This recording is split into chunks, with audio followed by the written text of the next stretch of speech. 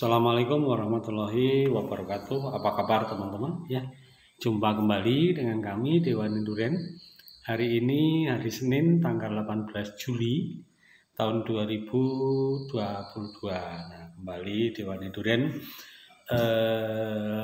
menemui Anda, teman-teman. Ya, khusus untuk malam ini kami akan berbagi cerita ya tentang pengalaman kami dalam berkebun durian yang sekarang ini sudah memasuki fase generatif ya. Sebagian dari tanaman kami sudah memasuki fase generatif. Alhamdulillah memang belum banyak teman-teman. Jadi ketika awal tanam dulu kami hanya menanam pohon durian montong. Itu awal tanam itu jumlahnya 10, itu di sela-selanya buah naga. Jadi kalau kita hitung mundur ya, itu kejadian itu ya hampir 4 tahun silam. Jadi tepatnya bulan Agustus. Jadi ini kan sekarang bulan Juli.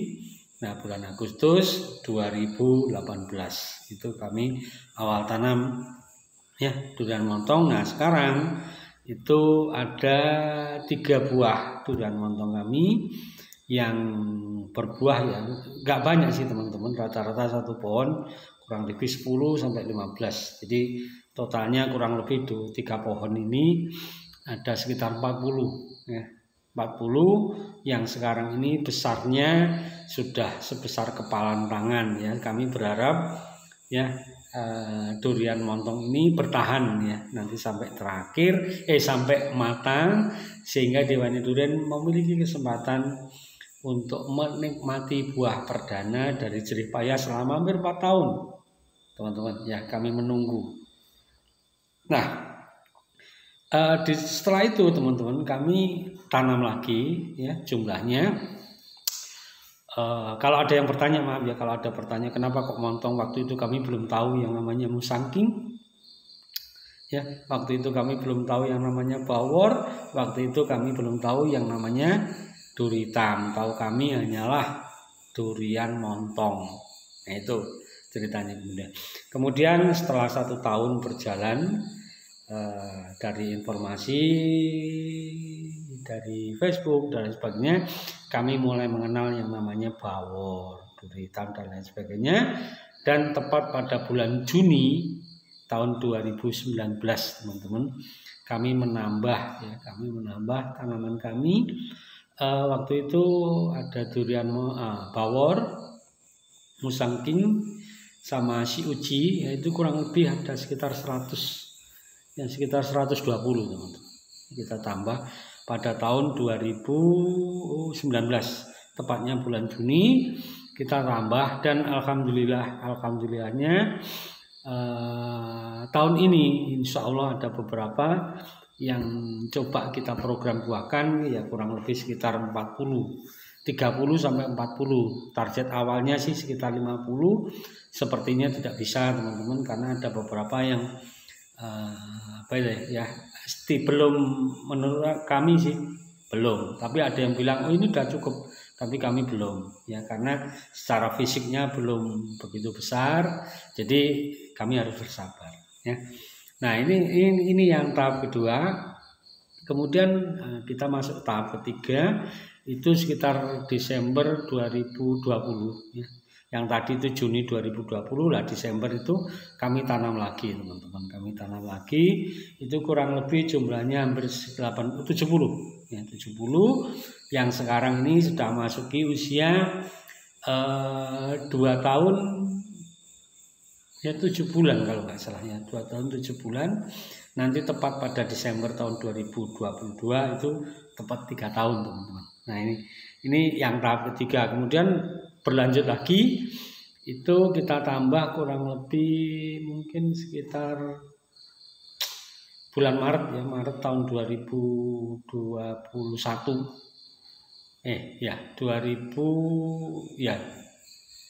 Maret ya 2021 ya teman-teman. Maret 2021 apa Maret ya tadi Desember iya, Maret tahun 2020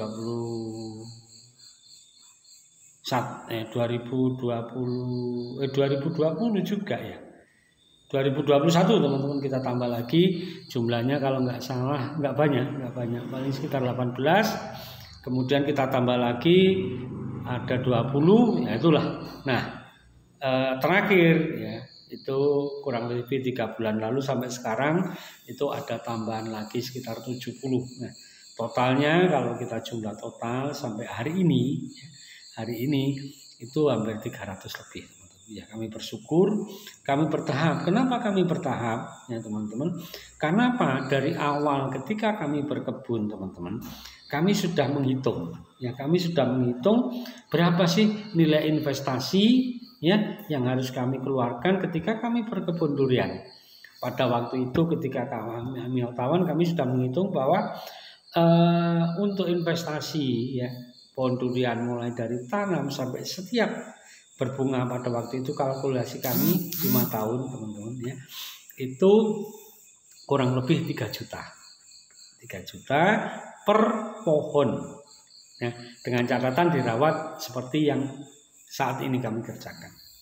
Nah faktanya ketika kami sudah memasuki 3 tahun, angka itu harus kami revisi teman-teman ya, kami revisi angkanya menjadi membengkak menjadi 4 sampai 5 juta.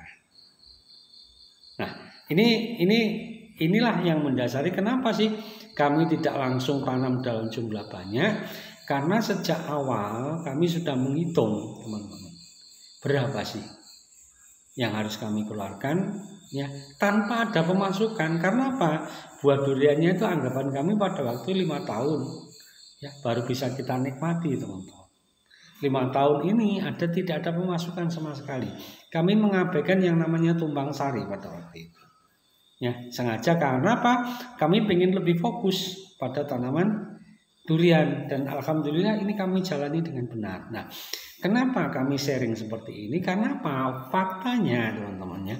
Faktanya itu masih banyak sekali ya, banyak sekali pekebun durian itu yang tidak pernah menghitung kos berapa biaya yang harus dikeluarkan, mulai dari pembersihan lahan ya sampai nanti pohon durian itu siap berbuah atau produktif, masuk usia produktif.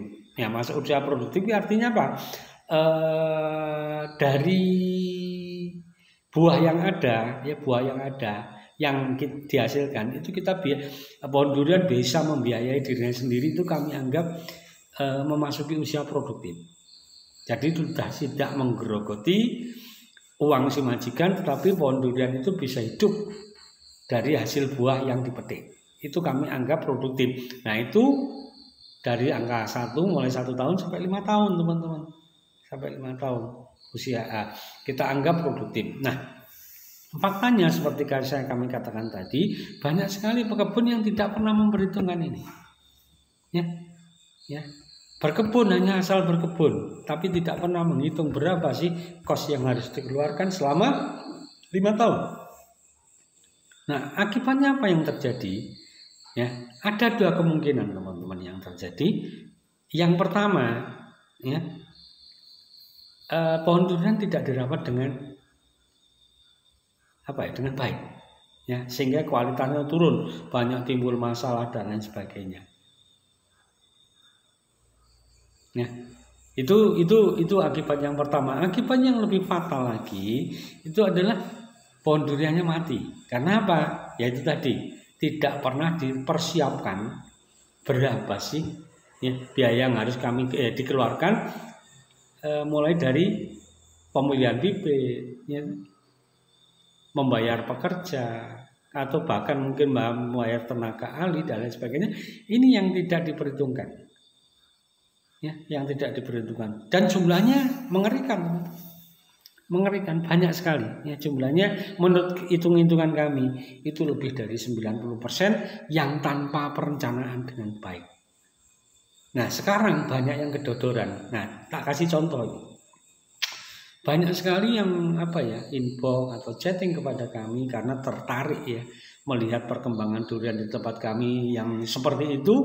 Mereka tertarik, tetapi begitu tahu bahwa ini loh biaya yang harus dikeluarkan, mereka pelan-pelan mundur dan tidak kontak lagi kepada kami. Ya. yang tetap jalan ada, tapi jumlahnya tidak banyak. Ya, artinya apa? Dari sini kami memiliki sebuah kesimpulan bahwa ini ternyata ya mereka hanya sal-sal tanam. Ya, biasanya kalau dijawab udahlah nanti mengalir aja seperti air. Tidak bisa, teman-teman. Ya, tidak bisa seperti itu. Jadi, kami saja yang sudah mengalami ya mulai dari pembersihan lahan, pengolahan sampai sekarang aja yang kami rencanakan dengan sangat baik, itu aja banyak yang meleset. Kebayang nggak teman-teman kalau semua itu tanpa direncanakan, tanpa ada master blueprint perencanaan yang baik, apa yang terjadi? Ya, yang jelas ya ongkosnya pasti jauh lebih mahal karena akan terjadi yang namanya tambal sulam. Contoh misalnya, kalau tidak dirawat dengan baik, kalau sudah kena penyakit teman-teman, ya untuk menyembuhkannya ini itu ongkosnya sangat tinggi. Ya, tindakan preventif ternyata lebih murah daripada mengobati. Ya, mencegah itu jauh. Nah, mencegah ini. Nah, kenapa saya katakan mencegah lebih murah? Karena apa? Orang yang terlanjur sakit itu biaya berobatnya lebih mahal, teman-teman. Sama juga pohon durian. Ketika sedang memasuki pohon durian dalam keadaan sakit, ya intensitas pengobatan, pemupukan itu jauh lebih cepat, lebih sering ya daripada pohon yang masih sehat. Ini pengalaman kami pernah merawat ya, ada beberapa kebun yang kita berlakukan ya, yang tadinya mungkin pemupuk, pencegahan hama dan lain sebagainya cukup 1 minggu ya. Ketika mendapati pohon yang sedang sakit itu nggak bisa 1 minggu teman-teman. Ya, intensitasnya kita majukan menjadi 2 atau 3 hari. Nah, ya kan? Ini yang membuat akhirnya mahal teman-teman.